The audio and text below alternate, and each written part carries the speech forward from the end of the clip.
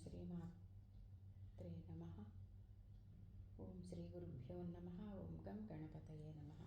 శివానందలహరి 68వ శ్లోకము.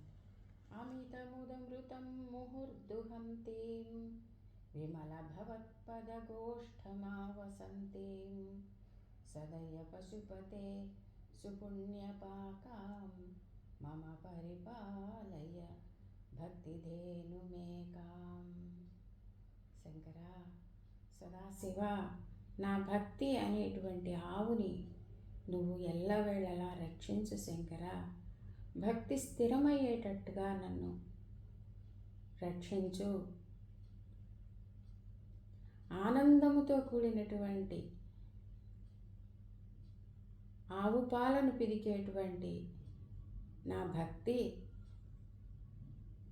నీ పాదాలు అనేటువంటి గోశాలలో నివసిస్తూ ఉంటుంది. నీ పాదాలు అనేటువంటి నీ గోశాలలో అమిత ఆనందముతో